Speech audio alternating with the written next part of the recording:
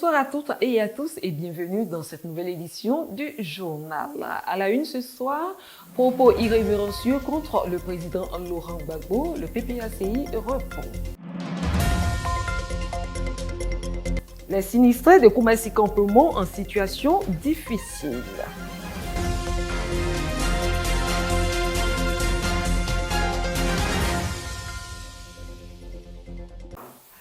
Ce soir, nous ouvrons le journal avec la réponse du parti aux propos du porte-parole du gouvernement. Suite aux propos jugés irrévérencieux du ministre Amadou Coulibaly, porte-parole du gouvernement, relayés dans une vidéo à l'encontre du président Laurent Gbagbo, le PPACI a réagi. Par une déclaration de protestation lue par le premier vice-président exécutif commissaire général du pacte social, l'honorable Jean-Gervais Tchéidé, le parti s'est exprimé. Le Parti des peuples africains, Côte d'Ivoire, PPACI, a pris connaissance des propos tenus par M.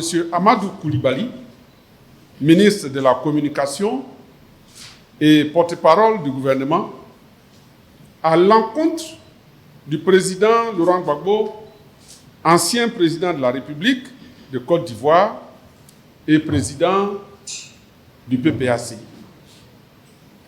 Au cours d'une récente intervention largement relayée par les médias et les réseaux sociaux, le ministre, porte-parole du gouvernement, a qualifié le pacte social proposé par le président Laurent Gbagbo d'enfumage et de propos vaseux, tout en présentant le président Laurent Gbagbo comme un assassin, un criminel.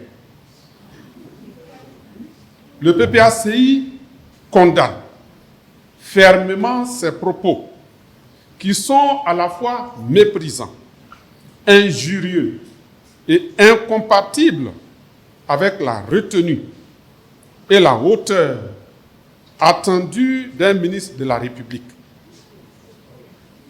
A fortiori, lorsqu'il exerce les fonctions de porte-parole du gouvernement. Le PPACI rappelle à M.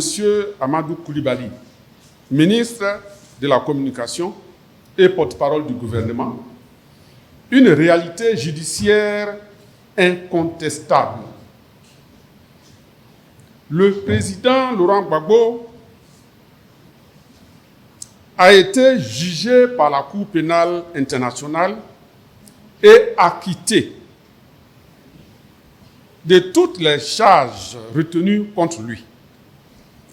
Après plusieurs années de procédures et l'audition de nombreux témoins, dont plusieurs sont issus du camp de ses adversaires, la justice internationale n'a pas établi sa responsabilité pénale dans les faits qui lui étaient reprochés. Cette décision de justice doit être respectée par tous, y compris par les membres du gouvernement RHDP. Elle ne peut et ne doit être banalisée, contournée ou remplacée par des accusations politiques. Le PPACI s'étonne donc qu'un membre du gouvernement continue de présenter le président Laurent Gbagbo comme un criminel, alors que la justice internationale l'a acquitté. Une telle attitude constitue une grave banalisation de la décision rendue par la Cour pénale internationale.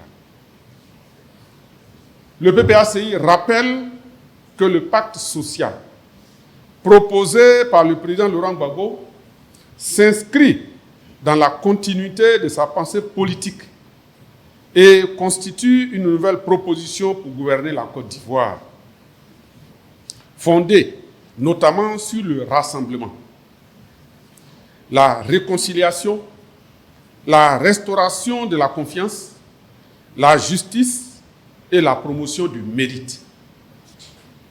Le PPACI dénonce également le silence des institutions face aux attaques répétées et particulièrement virulentes de certains cyberactivistes contre le président Laurent Gbagbo, ancien chef de l'État.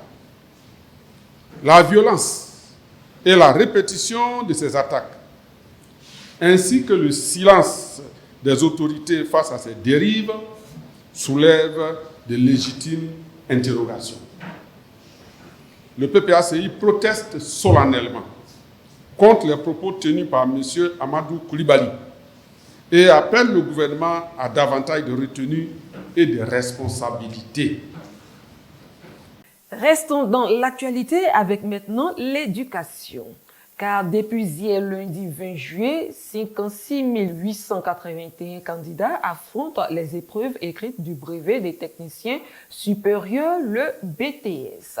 Ce sont 30 382 filles, soit 53,41%, et 26 499 garçons, soit 46 049%, répartis dans 139 centres d'examen sur toute l'étendue du territoire national.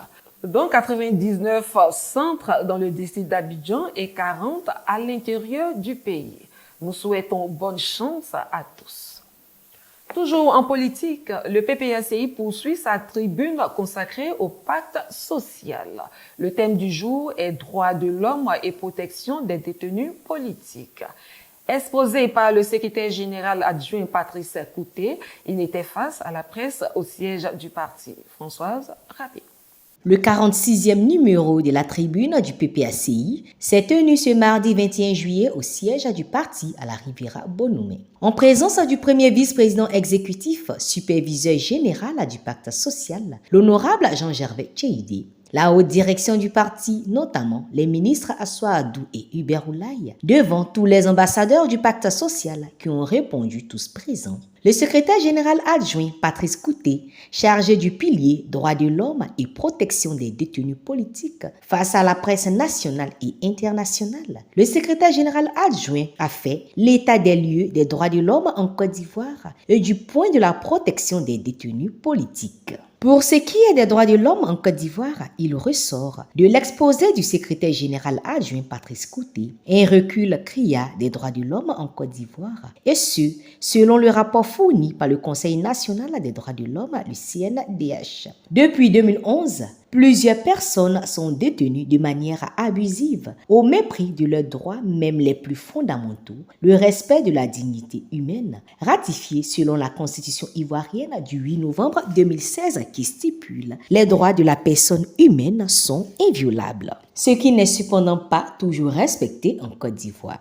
En ce qui concerne la deuxième partie, défense et protection des détenus politiques, la Côte d'Ivoire compte 34 établissements pénitentiaires sur toute l'étendue du territoire national qui devraient normalement accueillir tous une population carcérale de 9 139 détenus. Or, la population carcérale est de plus de 27 000 personnes, soit un surpeuplement de 297%. La maison d'arrêt et de correction MACA, aujourd'hui pôle pénitentiaire d'Abidjan PPA, construite pour accueillir 3200 pensionnaires et à plus de 9000 pensionnaires. L'on comprend aisément les différentes dégradations de l'état de santé des pensionnaires à leur sortie ou pendant leur détention, dû au surpeuplement. À ce surpeuplement s'ajoutent les coupures d'eau, la prolongation excessive des mesures préventives, le non-respect de la protection des personnes vulnérables, les femmes et les hommes dans les mêmes cellules.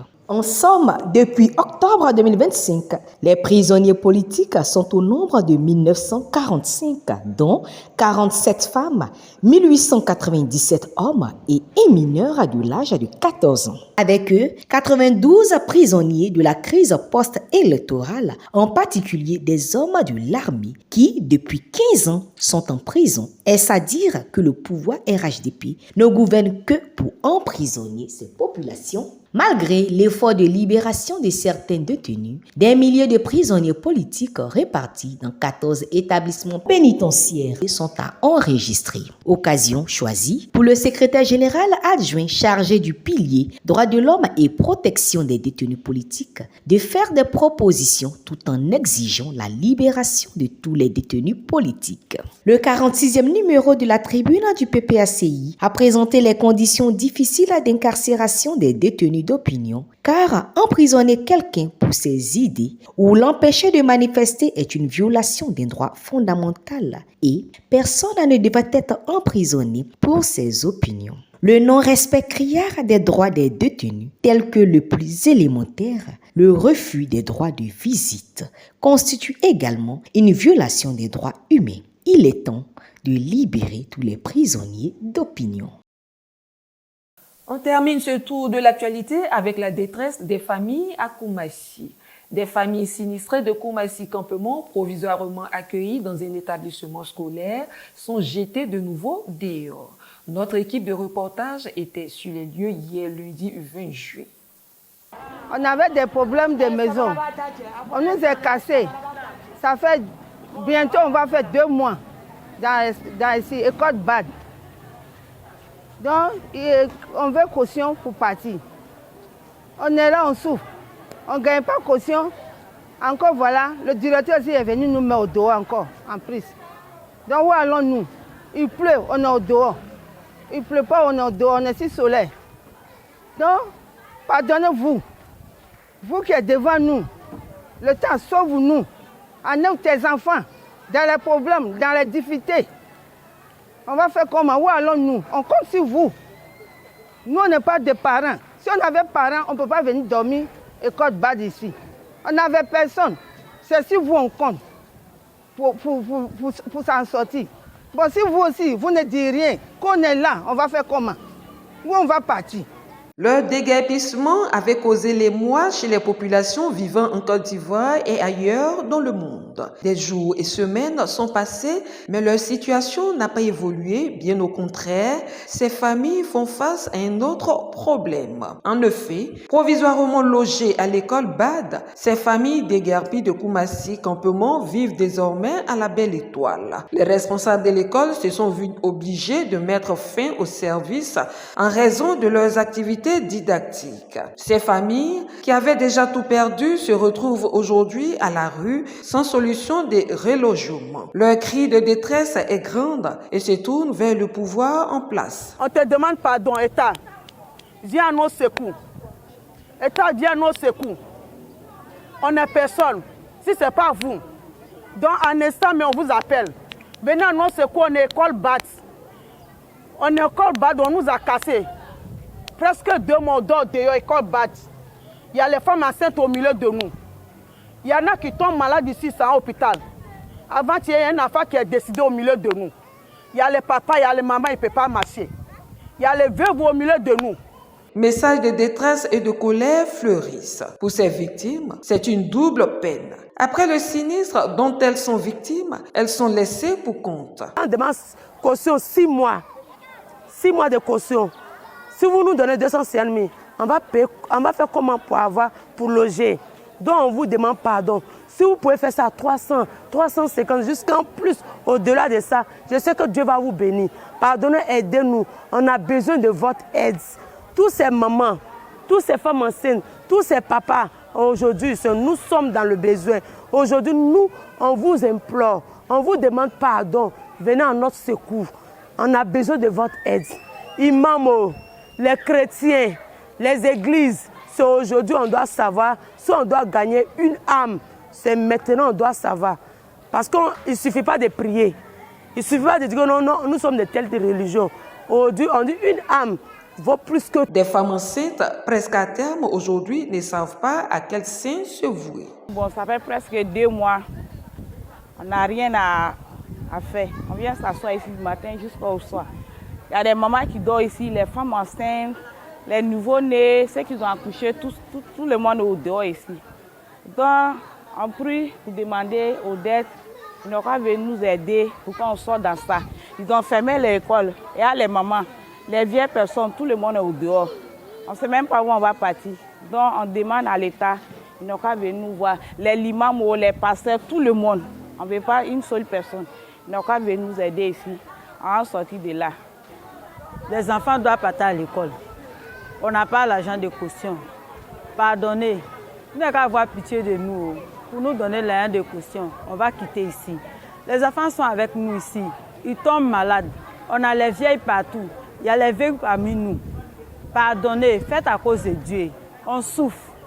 Très bien. Avant-hier même, tout dernièrement même là, le monsieur le directeur même est venu, il nous a fait sortir. Nous tous on est au dehors. À un temps bizarre là, on ne se sent pas bien. Le temps est vent la rentre dans nos corps. Il y a moustiques, tout ça là. Donc entièrement où on est là, on souffre. On souffre même, pardonnez. Vous n'avez qu'à avoir pitié de nous. Kwame Akissi Edwige raconte son calvaire avec son fils malade depuis des années. Nous sommes partis à Benoît. On a tout fait. Le montant fait quelque chose de 3 500 000. Il n'y a pas les moyens. Nous avons commencé au niveau d'ici. Mais actuellement, l'argent est fini. Il y a assez d'étapes à faire. On n'a pas encore fini de faire. Donc, je demande pardon aux gens de pouvoir m'aider. Actuellement aussi, ils ont cassé ma maison. Je ne sais pas où aller. Actuellement, nous sommes à l'école ici. C'est ici on dort, c'est ici on fait tout. Actuellement, l'enfant ne se supporte pas bien. Nous sommes partis à l'hôpital, il n'a pas lu tout ça là. Donc, je demande pardon aux gens, à la population, aux autorités, s'ils peuvent m'aider pour pouvoir faire l'opération de mon enfant. Des familles sinistrées qui avaient trouvé refuge à l'école BAD sont bel et bien sous la menace d'un second déguerpissement. Si rien n'est fait, la situation risque de s'empirer les jours à venir. C'est la fin de cette édition. Au cœur du combat politique du PPACI, la libération des prisonniers d'opinion. Mobilisons-nous pour atteindre cet objectif. Mais pour l'heure, nos dons sont toujours attendus. Au revoir et à demain pour une nouvelle édition.